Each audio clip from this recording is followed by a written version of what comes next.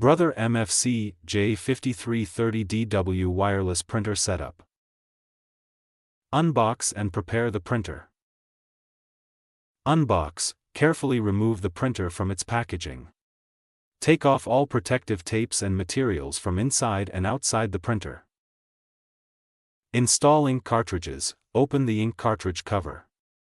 Insert each cartridge into the corresponding color-coded slot, black, cyan, magenta, yellow, until it clicks into place. Load paper. Pull out the paper tray, adjust guides, and load paper.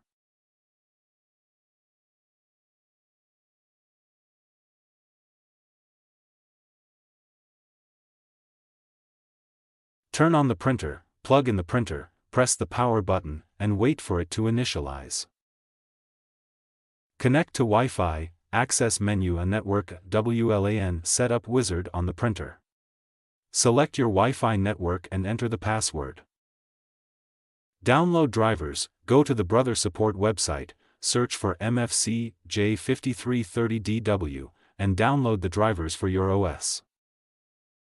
Install drivers. Run the downloaded file and follow the prompts to install the printer drivers.